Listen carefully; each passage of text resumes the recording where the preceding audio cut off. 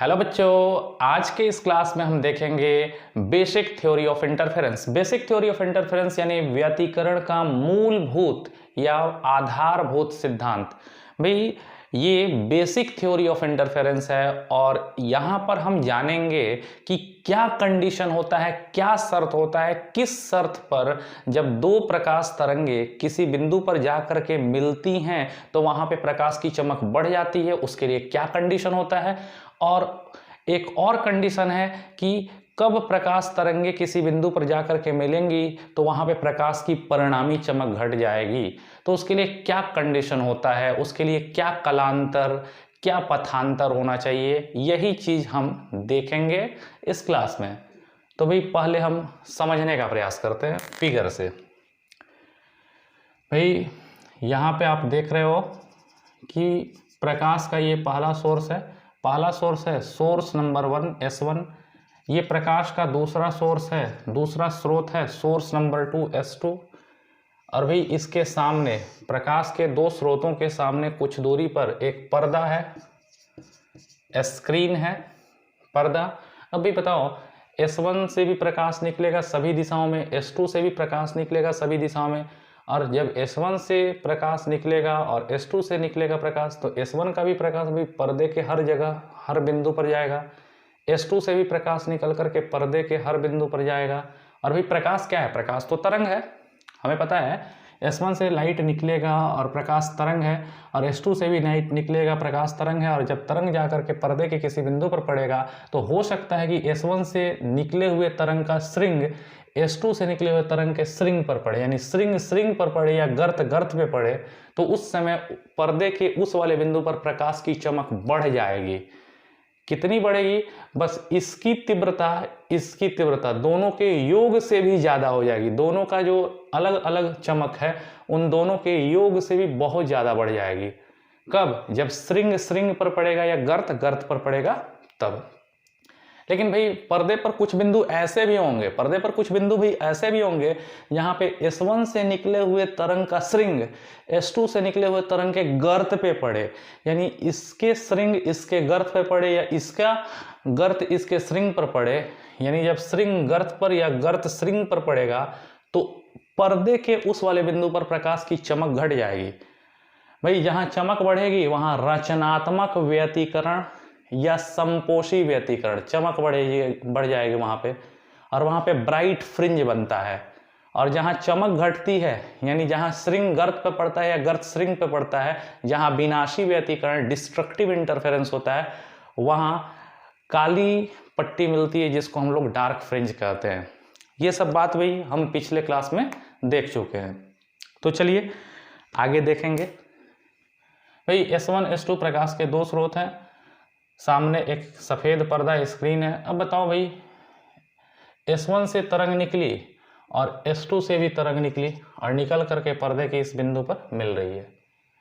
भाई S1 से तरंग निकल करके आई और पर्दे के यहाँ पे बिंदु पर मिली, S2 से भी तरंग निकल के आई और पर्दे के इस बिंदु पे मिली। भाई यहाँ पे अगर मान लो इस तरंग का भी श्रृंग इसके श्रृंग पर पड़े, यानी यहाँ पे इस तरंग का भी श्रृंग इसके श्रृंग पर पड़े, श्रृंग पर पड़े, या एक का गर्त दूसरे के गर्त पर पड़े। भाई S1 S2 प्रकाश का स्रोत है, इससे प्रकाश तरंग के रूप में निकल के आया। और अगर श्रृंग पर पड़े, श्रृंग पर या गर्त पे पड़े, तो यहाँ पे प्रकाश की इंटेंसिटी बहुत ज़्यादा बढ़ जाती है। यहाँ रचनात्मक व्यतिकरण होता है, कंस्ट्रक्टिव इंटरफेरेंस होता है। और भाई यहाँ पे हमको ब्राइट फ्रिंज, चमकीला फ्रिंज मिलता है, नहीं जी। तो भाई पता चल गया कि पर्दा था, यहाँ S1 S2 दो प्रकाश के स्रोत से प्रकाश तरंग है, इससे प्रकाश तरंग निकल के आई, इससे निकल के आई। और अगर श्रृंग पर पड़े, पर्दे के इस बिंदु पर अगर एक तरंग का श्रृंग दूसरे के श्रृंग पर पड़े, श्रृंग पर या गर्त पे पड़े, तो कहते हैं कि तरंगे यहाँ पे समान कला में मिली, क्योंकि श्रृंग पे पड़ रहा है या गर्त पे पड़ रहा है, समान तरीके से मिल रहा है तो समान कला में मिली। समान कला में मिलेंगी तो प्रकाश की चमक बढ़ जाएगी, इंटेंसिटी बढ़ जाएगी, यहाँ पे रचनात्मक व्यतिकरण होगा, कंस्ट्रक्टिव इंटरफेरेंस होगा, ब्राइट फ्रिंज मिलेगा। लेकिन भाई अब ब्राइट फ्रिंज मिलेगा, हम समझेंगे और आगे चीज़ों को। उसी तरह हम जानते हैं कि अगर पर्दे के इस बिंदु पर नहीं, पर्दे के किसी दूसरे बिंदु पर बात किया जाए, इस बिंदु पर बात करें, तो इस बिंदु पर भी S1 से प्रकाश आएगा और S2 से भी प्रकाश आगे पड़ेगा। S1 से प्रकाश तरंग के रूप में आएगा और मान लीजिए S1 से आने वाले तरंग का श्रृंग S2 से प्रकाश आ रहा है और श्रृंग पर नहीं पड़े, गर्त पे पड़े। यानी अगर एक से आने वाले प्रकाश तरंग का श्रृंग दूसरे के गर्त पे पड़े या एक का गर्त दूसरे के श्रृंग पर पड़े, तो इस तरह के बिंदु पर प्रकाश की परिणामी चमक क्या हो जाती है? इंटेंसिटी घट जाती है। और श्रृंग गर्त पर या गर्त श्रृंग पर पड़े तो वहाँ पे विनाशी व्यतिकरण होता है, डिस्ट्रक्टिव इंटरफेरेंस होता है। और यहाँ पे जिस तरह ब्राइटनेस, ब्राइट फ्रिंज, चमकीली पट्टी मिलती थी, लेकिन यहाँ पे क्या मिलता है? काली पट्टी मिलती है, बिल्कुल डार्कनेस, फुल डार्कनेस होता है। तो भाई हम ये जो पढ़ रहे हैं इसमें इसी का कंडीशन देखेंगे कि क्या कंडीशन होगा कि ब्राइट फ्रिंज बनेगा और क्या कंडीशन होगा कि डार्क फ्रिंज बनेगा। हम तो साधारण कंडीशन जानते हैं ब्राइट फ्रिंज बनने के लिए कि श्रृंग पर या गर्त पे, ये साधारण कंडीशन है। डार्क फ्रिंज बनने के लिए श्रृंग गर्त पे या गर्त श्रृंग पे तो डार्क फ्रिंज बनता है, ये तो साधारण कंडीशन है। लेकिन जो नेसेसरी कंडीशन है, इंपॉर्टेंट कंडीशन है, उसी कंडीशन को डिस्कस करेंगे। अच्छा भाई, हम पहले भी देख चुके हैं कि जब भी दो तरंगे किसी बिंदु पर आकर के मिलती हैं तो उस घटना को अध्यारोपण कहते हैं। जब भी दो प्रकाश तरंगे किसी बिंदु पर आके मिलती हैं तो उस घटना को अध्यारोपण कहते हैं। और हम पढ़ चुके हैं कि जब भी दो तरंगे मिलती हैं तो उस बिंदु पर प्रकाश की परिणामी चमक, दो तरंगे किसी बिंदु पर आके मिलेगी तो वहां पे प्रकाश की परिणामी इंटेंसिटी, परिणामी चमक I बराबर क्या होता है भाई? I1 plus I2 plus 2 root I1 root I2 into cos phi. बहुत बढ़िया, ये इक्वेशन हमारा जाना पहचाना इक्वेशन है भाई। ये इक्वेशन बताता है कि जब दो तरंगे किसी बिंदु पे आके मिलेंगी तो वहां पे परिणामी इंटेंसिटी, परिणामी चमक क्या होगी? I बराबर I1 plus I2 plus 2 root I1 I2 into cos phi. तो भाई यहाँ से एकदम क्लियर है कि इसमें I1 है पहले से आने वाले प्रकाश की इंटेंसिटी, I1 कांस्टेंट है। उसी तरह I2 दूसरे से आने वाले प्रकाश की इंटेंसिटी, I1 कांस्टेंट है, I2 कांस्टेंट है। यहाँ 2 भी कांस्टेंट यानी नियतांक है, ये कांस्टेंट है, ये कांस्टेंट है। तो ये सारा कांस्टेंट है। तो इससे पता चल रहा है कि जब दो तरंगे किसी बिंदु पर आकर के मिलेंगी तो वहां पर जो इंटेंसिटी, नेट इंटेंसिटी होगी I, वो केवल कॉस फाई पर निर्भर करेगी। यहाँ थीटा नहीं है भाई, फाई है। तो भाई ये इंटेंसिटी, यहाँ पर आने वाले प्रकाश की नेट इंटेंसिटी, ये कॉस फाई मतलब दोनों तरंगों के बीच कलांतर पर निर्भर करेगा। तो भाई ये पता चल गया कि जब दो तरंगे एक दूसरे से मिलती हैं किसी बिंदु पर तो वहाँ पे नेट इंटेंसिटी I जो होता है वो कलांतर फाई पर निर्भर करता है ना जी, कलांतर फाई पर निर्भर करता है। ये क्लियर है कि अगर दोनों तरंगे पर्दे के अलग अलग बिंदु पर मिलेंगी, भाई ध्यान देना, अगर दोनों स्रोत से तरंगे चल करके अलग अलग बिंदु पर अगर पर्दे के मिलेंगी तो दोनों के लिए पथांतर अलग अलग होगा। क्यों? यहाँ पे मिलेगी तो इसका पथ कम होगा, इसका पथ ज़्यादा, तो पथांतर यहाँ पे इसका पथ माइनस इसका पथ, तो भाई यहाँ पे पथांतर अलग होगा, इस बिंदु पे पथांतर अलग बिंदु पर पथांतर अलग अलग होगा। और पथांतर अलग अलग होगा तो कलांतर भी अलग अलग होगा, कलांतर फाई अलग अलग होगा तो प्रकाश की चमक भी क्या होगी? अलग अलग होगी। भाई ये क्लियर है कि S1 और S2 से तरंगे निकल करके अगर पर्दे के अलग अलग बिंदु पर पहुंचेंगी तो तरंगों के लिए हर बिंदु के लिए पथांतर, इस बिंदु के लिए पथांतर अलग होगा। यहाँ से इससे तरंग निकल के यहाँ, इससे तरंग निकल के यहाँ पे पहुंचेगी तो इसका पथ ज़्यादा है, इसका पथ कम है, तो पथांतर क्या होगा? इसका पथ माइनस इसका पथ। तो यहाँ के लिए पथांतर अलग होगा, यहाँ के लिए पथांतर अलग होगा, हर बिंदु के लिए जब तरंगे पर्दे के बिंदु पर जाके मिलेंगी तो हर बिंदु के लिए पथांतर अलग अलग होगा। पथांतर x अलग अलग होगा या डेल्टा x अलग अलग होगा, तो पथांतर अलग होने से कलांतर फाई भी अलग अलग होगा। और भाई कलांतर यानी अलग अलग बिंदु पर कलांतर अलग अलग होगा और कलांतर फाई अलग अलग होगा, तो प्रकाश की इंटेंसिटी भी अलग अलग होगी। क्यों? ये सारा चीज़ कांस्टेंट है, तो ये क्लियर है कि इंटेंसिटी कॉस फाई पर निर्भर कर रही है। कॉस फाई यानी कलांतर पर निर्भर कर रही है। क्लियर है कि जब तरंगे मिलेंगी पर्दे के अलग अलग बिंदु पर तो कलांतर भी अलग अलग होगा, कलांतर फाई अलग अलग होगा, तो प्रकाश की इंटेंसिटी भी अलग अलग होगी। और प्रकाश की इंटेंसिटी अलग अलग होगी यानी कहीं पे ब्राइट फ्रिंज बनेगा, कहीं डार्क बनेगा, कहीं ब्राइट, कहीं डार्क, कहीं ब्राइट, कहीं डार्क, इस तरह पर्दे पर हमको इंटरफेरेंस फ्रिंज मिलेगा। तो भाई ये तो समझ गए। अब हम कंडीशन निकालेंगे, शर्त निकालेंगे जिसमें पर्दे के किसी बिंदु पर ब्राइट फ्रिंज बने। पहला शर्त वो निकलेगा। दूसरा शर्त निकालेंगे कि पर्दे के किसी बिंदु पर डार्क फ्रिंज बने। तो भाई चलो, पहला कंडीशन है condition for bright fringe. Condition for bright fringe यानी यहां ब्राइट फ्रिंज बनने के लिए कंडीशन। अच्छा भाई, अगर किसी बिंदु पर ब्राइट फ्रिंज बनेगा इसका मतलब यहाँ पे इंटेंसिटी मैक्सिमम हो जाएगी ना जी। भाई कहीं पे किसी बिंदु पर अगर ब्राइट फ्रिंज बनता है, चमकीला फ्रिंज बनता है, यानी यहाँ पे प्रकाश की इंटेंसिटी आई मैक्सिमम होगी। और इस इक्वेशन से हमें ये पता चल गया कि इंटेंसिटी आई के मैक्सिमम होने के लिए कॉस फाई का मान मैक्सिमम होना चाहिए। और तुम पढ़े भी हो कि कॉस थीटा का सबसे ज़्यादा मान कितना होता है? +1। तो भाई बताओ, कंडीशन फॉर ब्राइट फ्रिंज यानी चमकीली फ्रिंज बनने के लिए, भाई यहाँ पे ब्राइट फ्रिंज बने, तो अगर ब्राइट फ्रिंज बनेगा तो यहाँ पे इंटेंसिटी आई क्या होगी? इंटेंसिटी मैक्सिमम होगी। और इंटेंसिटी आई इस इक्वेशन से देख के पता चल रहा है कि इंटेंसिटी आई कब मैक्सिमम होगी? जब कॉस फाई का मान मैक्सिमम होगा तब। और हम पढ़े भी हैं कॉस का सबसे मैक्सिमम मान कितना होता है? यह तभी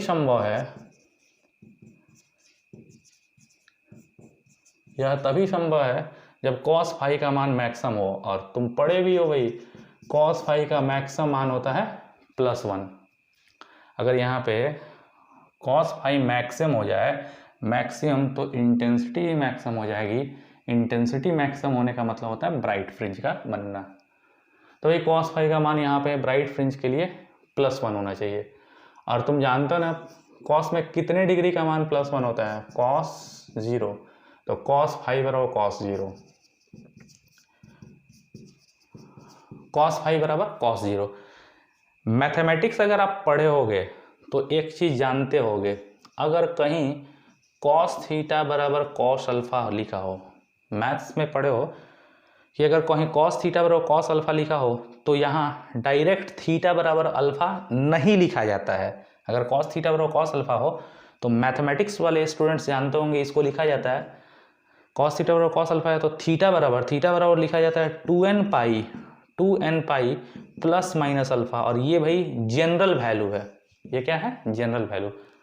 अगर हम cos थीटा बराबर cos अल्फा रहता है तो cos हटा के थीटा बराबर केवल अल्फा लिखते हैं तो ये सिंगल वैल्यू देता, ये नॉर्मल वैल्यू देता जो फर्स्ट क्वाड्रेंट में पड़ता, और ये प्रिंसिपल वैल्यू देता। अगर हमको जनरल वैल्यू चाहिए तो थीटा बराबर लिखना पड़ता 2n pi plus minus alpha.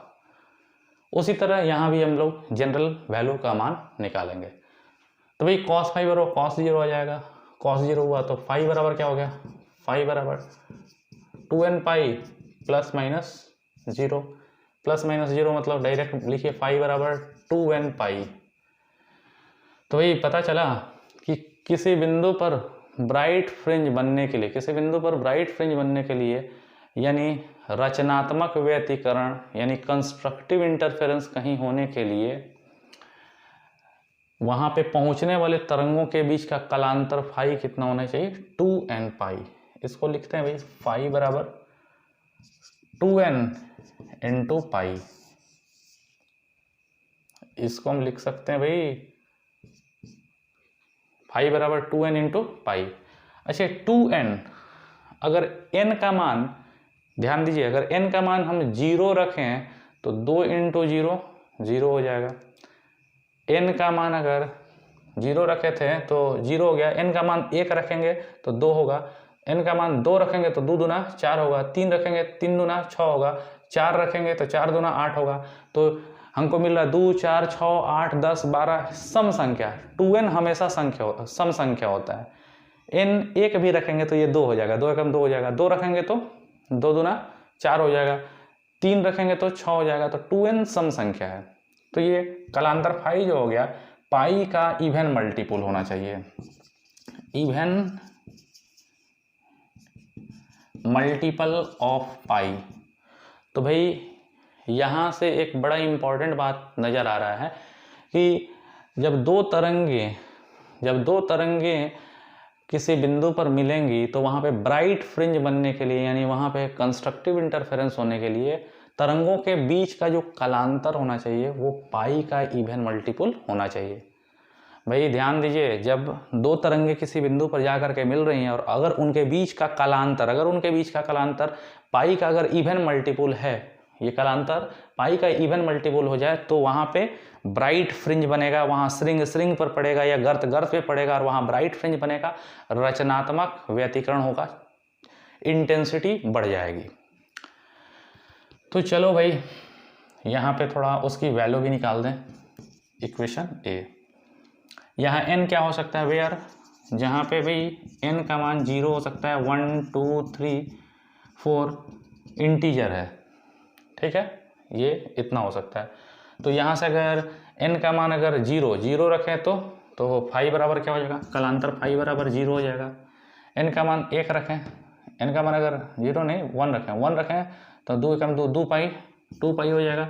2 रखें तो 2 दूना 4 पाई 4 पाई, फिर 6 पाई 8 पाई, ये हो जाएगा। और n का मान यही नहीं होता है 0, plus minus 1 plus minus 2 plus minus 3 plus minus 4। तो ये हमको मिल रहा है, यानी आप कह सकते हो भाई, आप ये कह सकते हो ये अगर दो प्रकाश तरंगे किसी बिंदु पर जाकर के मिल रही हैं और अगर दोनों तरंगों के बीच का कलांतर या तो 0 हो, कलांतर फाई या तो 0 हो, या प्लस माइनस 2 पाई प्लस माइनस 4 पाई प्लस माइनस 6 पाई प्लस माइनस 8 पाई, यानी पाई का इवन मल्टीपल हो, तो वहाँ पे जब तरंगे मिलेंगी तो वहाँ पे ब्राइट फ्रिंज बनेगा, यानी रचनात्मक व्यतिकरण होगा, वहाँ पे प्रकाश की चमक बढ़ जाएगी, यानी वहाँ पे श्रिंग पर या गर्त पे पड़ेगा। तो भाई ये जो बात हुई कलांतर फाई के लिए बात हुआ, यानी जब दो तरंगे किसी बिंदु पर जा कर के मिलें और दोनों तरंगों के बीच का कलांतर फाई अगर पाई का इवन मल्टीपल हो, यानी 0 प्लस माइनस 2 पाई प्लस माइनस 4 पाई अगर वो कलांतर हो, तब वहाँ पे ब्राइट फ्रिंज बनेगा, रचनात्मक व्यतिकरण होगा, प्रकाश की इंटेंसिटी बढ़ जाएगी, श्रिंग पर गर्त पर पड़ने लगेगा। अच्छा भाई ये तो कलांतर के टर्म में हुआ। अब पथांतर के टर्म में करते हैं। याद करो भाई, पथांतर के टर्म में करना है तो पढ़े होगी कलांतर फाई, फार्मूला पढ़े थे कलांतर और पथांतर में संबंध। कलांतर फाई बराबर 2 पाई बाई लैम्डा इंटू पथांतर x, पढ़े हो, कलांतर फाई बराबर 2 पाई बाई लैम्डा इंटू पथांतर x। तो भाई बोलो ना, फाई का मान क्या है, फाई का मान 2n पाई, तो रखो 2n पाई बराबर 2 pi by lambda into x. 2 पाई से 2 पाई कट गया तो x बराबर n lambda, n into lambda. तो भाई पता क्या चला, x बराबर n लैम्डा। x क्या है, यहाँ फाई तरंगों के बीच कलांतर था और यहाँ x तरंगों के बीच पथांतर है, तो पथांतर x हो गया n लैम्डा। इसको दूसरे तरीके से लिखो, इसको n लैम्डा को 2n इंटू लैम्डा बाई 2 कर सकते हो। क्यों, 2 से 2 कट जाएगा, तो n लैम्डा ही नहीं बचेगा वही। तो x बराबर 2n इंटू लैम्डा बाई 2।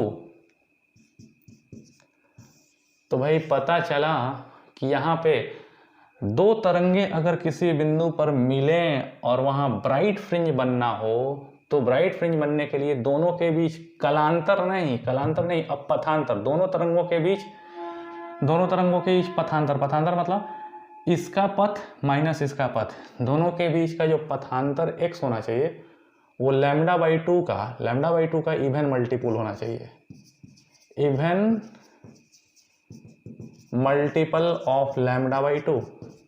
तो भाई कलांतर में भी इवन मल्टीपल होना चाहिए पाई का, और पथांतर में λ/2 का इवन मल्टीपल होना चाहिए। और भाई यहाँ पे अगर तुम n का मान 0 रख सकते हो, +-1 +-2, उसी तरह +-3 इस तरह रख सकते हो।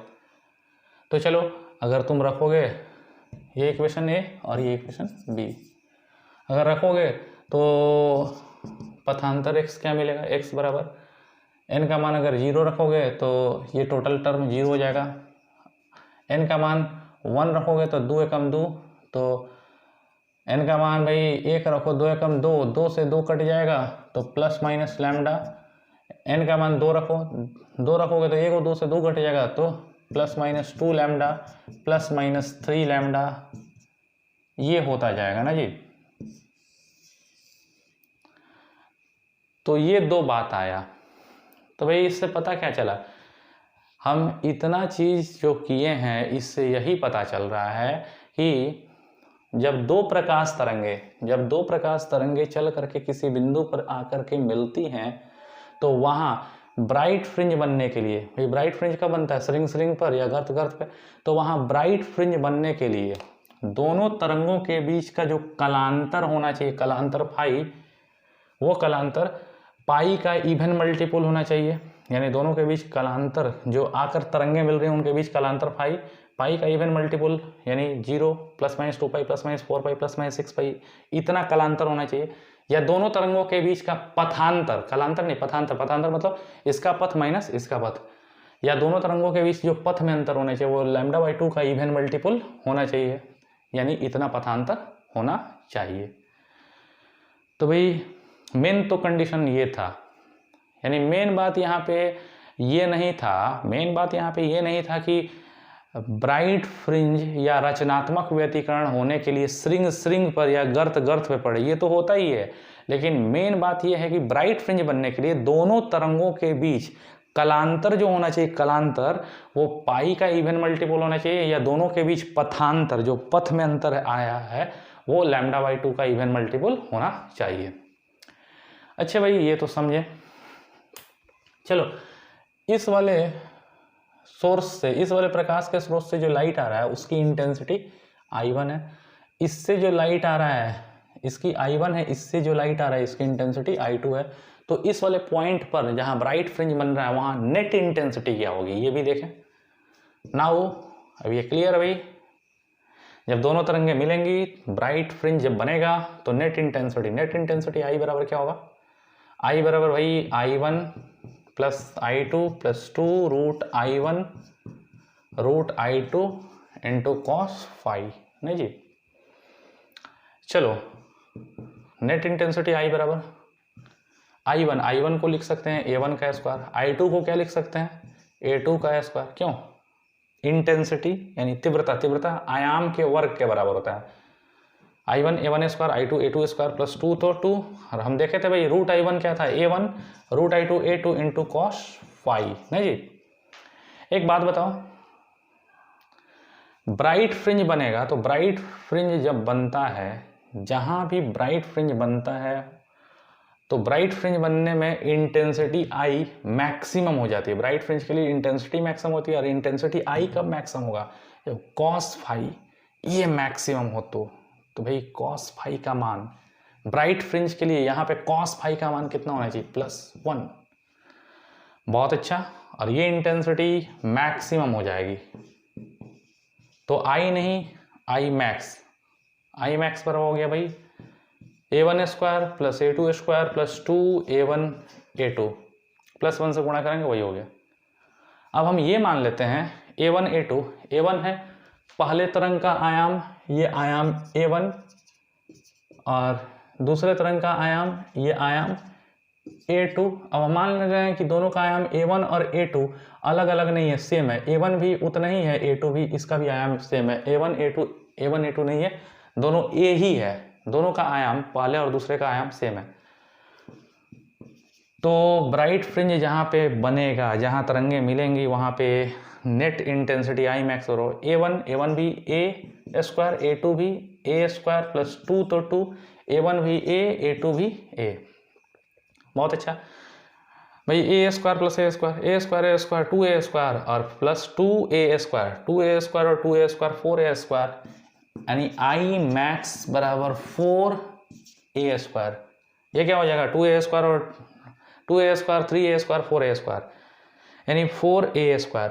अच्छा, 4 तो 4 हो गया। और A स्क्वायर क्या है, A है A1 या A, इसको मान ली A है किसी एक तरंग के आयाम, A है किसी एक का आयाम, और एक का आयाम A का स्क्वायर करेंगे। अरे भाई, इसका आयाम A1 को ही हम क्या माने हैं, A माने हैं, और अगर इसी A का स्क्वायर कर दें, A का स्क्वायर कर दें तो पहले की इंटेंसिटी I1 हो जाएगी। 4 तो 4, A है दोनों में किसी एक का आयाम, और आयाम का स्क्वायर क्या होता है, इंटेंसिटी I1। तो I मैक्स बराबर 4I1। यानी भाई आपको पता चला, जब दो तरंगे किसी बिंदु पर जाकर के मिलती हैं और श्रिंग पर पड़ता है या गर्त पे पड़ता है, यानी तरंगे समान कला में मिलती हैं, यानी कंस्ट्रक्टिव इंटरफेरेंस होता है, रचनात्मक या संपोषी व्यतिकरण होता है। तो जहां रचनात्मक व्यतिकरण होता है, श्रिंग पर पड़ता है, गर्त पे पड़ता है, तो वहां पे मैक्सिमम इंटेंसिटी, एक तरंग के कारण जो इंटेंसिटी होती है, उसकी चरगुनी होती है। यानी यहाँ पे अगर इधर से I1 और इधर से I1, क्योंकि आयाम A सेम आयाम है, तो इंटेंसिटी भी सेम होगी। तो I1 और I1 मिलके 2I1 नहीं होता है, वहाँ 4I1 हो जाता है। तो याद रखना, जहाँ ब्राइट फ्रिंज बनता है, जहाँ भी ब्राइट फ्रिंज बनता है, तो वहाँ पे नेट इंटेंसिटी I1 और I1 2I1 नहीं होता, यहाँ 2I1 नहीं 4I1 हो जाता है। बहुत अच्छा भाई, ये बात रही कंस्ट्रक्टिव इंटरफेरेंस की, रचनात्मक व्यतिकरण की। अब हम बात करेंगे यानी ब्राइट फ्रिंज बनने की बात रही। अब हम बात करेंगे भाई डार्क फ्रिंज बनने की। तो चलिए देखते हैं इसी में कि डार्क फ्रिंज कहीं बनता है तो क्या कंडीशन होता है, क्या स्थितियां होती हैं, इनको भी देखेंगे हम लोग। अच्छा, ब्राइट फ्रिंज बना है तो हमको ये तो बात पता चल गया कि जब दो तरंगे आपस में जाके मिलती हैं और वहाँ ब्राइट फ्रिंज बन रहा है, तो इसका मतलब तरंगों के बीच का जो कलांतर फाई है वो पाई का इवन मल्टीपुल है, या जो पथांतर x आया है वो λ/2 का इवन मल्टीपुल आया है ना जी। और एक बात खास कर और पता चला है कि ब्राइट फ्रिंज जहाँ बनता है वहाँ जो नेट इंटेंसिटी होती है I1 और I1 2I1 ना हो करके 4I1 होती है, यानी एक्स्ट्रा 2I1 आ जाती है। अब भाई केस 2 की बात करें, कंडीशन फॉर ब्राइट फ्रिंज नहीं, कंडीशन फॉर डार्क फ्रिंज। तो भाई अब हम ये देखने का प्रयास करेंगे कि यहाँ पे डार्क फ्रिंज क्यों बनता है, क्या कंडीशन है डार्क फ्रिंज बनने का। साधारण कंडीशन तो यही है कि डार्क फ्रिंज कब बनेगा, एक का श्रिंग दूसरे के गर्त पर या एक का गर्त दूसरे के श्रिंग पर पड़ेगा तो डार्क फ्रिंज बनेगा। लेकिन भाई डार्क फ्रिंज बन रहा है तो तरंगों के बीच का कलांतर फाई क्या होना चाहिए, पथांतर x क्या होना चाहिए, ये हमारा लक्ष्य है निकालना। तो भाई कंडीशन फॉर डार्क फ्रिंज, यानी डार्क फ्रिंज बनने के लिए भाई यहाँ पे डार्क फ्रिंज बनेगा, इसका मतलब यहाँ पे डार्क फ्रिंज बनेगा यानी यहाँ पे लाइट की इंटेंसिटी I सबसे कम होगी। डार्क फ्रिंज बनेगा तो इंटेंसिटी कम हो जाएगी, और इंटेंसिटी I सबसे कम कब होगा, जब कॉस फाई का मान सबसे कम होगा तब। अरे भाई आपको ये नहीं समझ में आ रहा है, यहाँ पे डार्क फ्रिंज बन रहा है। अगर डार्क फ्रिंज बनेगा तो यहाँ पे प्रकाश की इंटेंसिटी सबसे कम होगी, और इस इक्वेशन से क्लियर है कि हाई सबसे कांस्टेंट है, तो इंटेंसिटी आई सबसे कम कब होगा, जब कॉस फाई सबसे कम होगा तब। तो भाई डार्क फ्रिंज बनेगा कब, यह तभी संभव है जब कॉस फाई का मान सबसे कम हो। और हम पढ़े भाई कॉस फाई का मान सबसे कम कितना होता है, -1। कॉस का मान सबसे कम -1। चलो भाई कॉस फाई तो कॉस फाई बराबर -1। कॉस में कितने डिग्री का मान -1 होता है भाई, कॉस में 180 का मान -1 होता है, तो कॉस 180 मतलब पाई। बहुत अच्छा। तो भाई डार्क फ्रिंज, यहाँ डार्क फ्रिंज बनता तो यहाँ पे इंटेंसिटी सबसे कम होता। इंटेंसिटी आई तभी सबसे कम होगा जब कॉस फाई सबसे कम होगा, और कॉस फाई का मैथ में सबसे कम मान क्या होता है, -1। तो कॉस फाई बराबर -1, तो कॉस फाई बराबर -1 कितने का मान होता है, कॉस 180 यानी कॉस पाई। अब बोलो भाई कॉस फाई बराबर कॉस पाई, तो फाई बराबर क्या होगा, फाई बराबर 2n pi, general value 2n pi plus minus pi. बहुत अच्छा। फाई बराबर क्या हो गया भाई, पाई पाई कॉमन ले लो, 2n plus minus 1 into pi. अच्छा भाई एक बात बताओ, 2n सम संख्या थी, हम जानते हैं n कुछ भी रख दो, 2n तो सम संख्या, सम संख्या में एक जोड़ दो, सम में एक जोड़ दो या एक घटा दो, तो ये सम रहेगा कि विषम, ये तो विषम हो जाएगा। 2n सम संख्या है, इसमें एक जोड़ दो या एक घटा दो तो ये विषम हो जाएगा। तो यहाँ इवन मल्टीपल ऑफ पाई नहीं है, इवन मल्टीपल ऑफ पाई नहीं है, यहाँ ऑड मल्टीपल ऑफ पाई।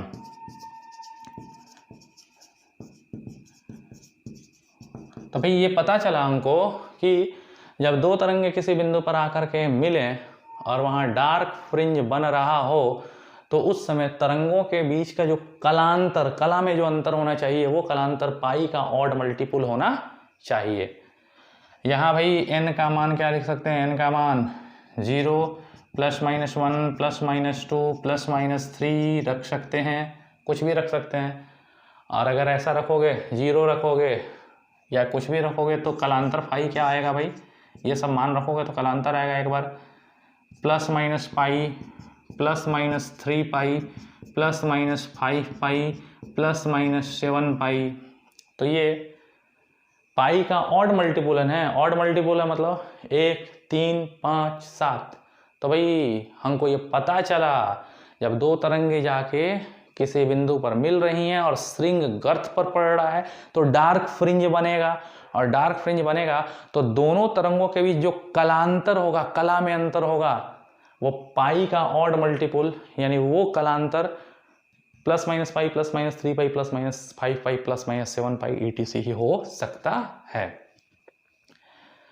भाई तरंगों के बीच कलांतर नहीं हो सकता है, पथांतर क्या होगा वो भी देख लिया जाए। भाई नाउ हम पढ़े हुए हैं भाई फॉर्मूला, कलांतर फाई बराबर 2 पाई बाई लैम्डा इंटू पथांतर x। तो कलांतर फाई कितना आया है, फाई आया है 2n +- 1 इंटू पाई बराबर 2 pi by lambda into x. भाई पाई से पाई कट गया, तो यहाँ बताओ तुम x बराबर क्या हो गया, x बराबर हो गया x बराबर 2n +- 1 इंटू लैम्डा बाई 2। तो भाई यहाँ पे फाई दोनों तरंगों के बीच कलांतर था, x क्या है, दोनों तरंगों के बीच पथांतर, पथांतर मतलब इसका पथ माइनस इस तरंग का पथ। तो भाई ये इक्वेशन A और ये B, और यहाँ पे पता चल रहा है कि ये पथांतर, अगर दोनों तरंगों के बीच का जो पथांतर x है वो λ/2 का इवन नहीं odd multiple, it's your odd multiple of λ/2। तो भाई अगर दो तरंगों के बीच का जो पथांतर x है, अगर λ/2 का ऑड मल्टीपल होने लगे, ऑड मल्टीपल होने लगे, तो वहां पे डार्क फ्रिंज बनता है। बहुत अच्छा। और भाई इसमें भी तुम n का मान 0 1 2 3 4 5 यही वाला n का मान रखोगे तो वो पथांतर x कितना आएगा, plus minus lambda by two plus minus 3 lambda by two plus minus 5 lambda by two plus minus 7 lambda by two. क्यों जी? इस लैम्डा बाई टू का कौन multiple? Odd. Lambda by two lambda by two सब में है, लेकिन odd multiple मतलब 1 3 5 7, तो लैम्डा बाई टू का ऑड मल्टीपल होना चाहिए। बहुत अच्छा भाई। अब हमको तो ये पता चला कि यहाँ पे डार्क फ्रिंज बनता है, हमको ये पता चला जहाँ पे डार्क फ्रिंज बनता है तो डार्क फ्रिंज बनने का यही साधारण कंडीशन है कि श्रिंग गर्त पे पड़ना या गर्त श्रिंग पे पड़ना तो डार्क फ्रिंज बनेगा। और डार्क फ्रिंज बनने के लिए दोनों तरंगों के बीच जो कलांतर होना चाहिए वो पाई का ऑड मल्टीपल या दोनों के बीच पथांतर लैम्डा बाई टू का ऑड मल्टीपल होना चाहिए। अब हम देखेंगे भाई, जब तरंगे आके मिली हैं तो डार्क फ्रिंज जहां बना है यहाँ नेट इंटेंसिटी, और जब दो तरंगे मिलती हैं तो वहां नेट इंटेंसिटी आई क्या होती है? उसका फॉर्मूला बोलो भाई। आई बराबर a1 square plus a2 square plus 2a1 a2 cos phi. भाई है I1 है I2 है 2 रूट I1 है रूट I2 है, वही वाला फॉर्मूला। भाई अब बताओ, यहाँ पे जब तरंगे आउट ऑफ फेज में मिलेंगी यानी जहाँ ब्राइट बनेगा, अच्छा ब्राइट बनेगा तो कॉस फाई, सॉरी ब्राइट नहीं ना कर रहे हैं, डार्क कर रहे हैं भाई। जहाँ डार्क फ्रिंज बनेगा, जहाँ डार्कनेस होगा वहाँ इंटेंसिटी सबसे कम हो जाएगी, और इंटेंसिटी सबसे कम होगी। इंटेंसिटी कम कब होगी? जब कॉस फाई का मान सबसे कम होगा तो। या देख लो भाई, इसमें कॉस फाई सबसे कितना है? कॉस फाई -1 होगा। और इस समय इंटेंसिटी डार्क फ्रिंज है, इंटेंसिटी मिनिमम होगी। आई मीन बराबर a1 स्क्वायर भी a स्क्वायर ए मान लो सबको, a2 स्क्वायर भी a स्क्वायर प्लस 2a1 भी a2 भी a। और भाई कॉस फाई डिस्ट्रक्टिव इंटरफेरेंस के लिए, डार्क फ्रिंज के लिए कॉस फाई कितना होगा? -1। तो भाई मिनिमम इंटेंसिटी आई मीन बराबर a स्क्वायर 2a स्क्वायर और -2a स्क्वायर, तो भाई कट गया। मिनिमम इंटेंसिटी कितनी आ गई? 0। अरे भाई ये क्या हुआ? इसका मतलब इधर से भी I और इधर से भी I1, इधर से भी I1, और I1 मिलके इधर से भी I1, इधर से भी I1 2I1 होना चाहिए, लेकिन यहाँ पे क्या आ गया? नेट इंटेंसिटी 0 आ गया। यहाँ I1 मिल करके खत्म हो गया, विनाश कर दिया। तो भाई अगर ध्यान दे तो यहाँ पे क्या हुआ था? I1 और I1 ब्राइट फ्रिंज के स्थान पर I1 2I1 नहीं होकर के I1 4I1 हो गया था। यहाँ क्या था? 4I1 हो गया था, 4I1। यहाँ पे भाई I1 2I1 नहीं 4I1 हो गया था, लेकिन यहाँ पे डार्क फ्रिंज पर I1 2I1 नहीं, यहाँ पे 0 हो गया। यहाँ पे क्या हो गया? 0। तो तुम कहोगे भाई यहाँ पे गड़बड़ा गया, I1 2I1 होना चाहिए, हो गया 4I1, और I1 2I1 यहाँ भी होना चाहिए, यहाँ हो गया 0। तो यहाँ पे तो ऊर्जा संरक्षण के सिद्धांत का पालन नहीं हो रहा है, क्योंकि I1 मिल करके 2I1 होना चाहिए। यहाँ पे एनर्जी का लॉस हो गया, I1 मिल के 0 हो गया, एनर्जी का लॉस हो गया। लेकिन सच्चाई ये नहीं है, यहाँ पे भले एनर्जी का लॉस हुआ हो, लेकिन यहाँ से जो एनर्जी गायब हुई है, ये I1 2I1 जो एनर्जी यहाँ पे गायब हुई है, 2I1 होना चाहिए, 0 हो गई। 2I1 जो गायब हुई है, ये गायब हुई एनर्जी ब्राइट फ्रिंज में चली गई है, जिससे ब्राइट फ्रिंज की इंटेंसिटी 2I1 ना हो करके 2I1 इसकी और 2I1 इसकी मिला करके 4I1 हो गई है। तो इसका मतलब ये होता है कि इंटरफेरेंस की घटना ऊर्जा संरक्षण के सिद्धांत का पालन करती है, यानी इंटरफेरेंस की घटना में ऊर्जा संरक्षण के सिद्धांत का उल्लंघन नहीं होता है, ऊर्जा संरक्षण के सिद्धांत का पालन होता है। ऐसा ये नहीं होता है कि ब्राइट फ्रिंज जब बनता है तो I1 मिलकर 2I1 की जगह 4I1 हो जाता है, लेकिन I1 डार्क फ्रिंज की जगह 2I1 ना होकर 0 हो जाता है। इसका मतलब ये नहीं है कि ऊर्जा संरक्षण के सिद्धांत का उल्लंघन हो रहा है, बल्कि वास्तव में डार्क फ्रिंज के स्थान से जो 2I1 एनर्जी गायब हो रही है वो ब्राइट फ्रिंज के स्थान में या ब्राइट फ्रिंज के क्षेत्र में पैदा हो जा रही है, जिससे ब्राइट फ्रिंज वाले स्थान की इंटेंसिटी 2I1 ना होकर के 4I1 हो जा रही है।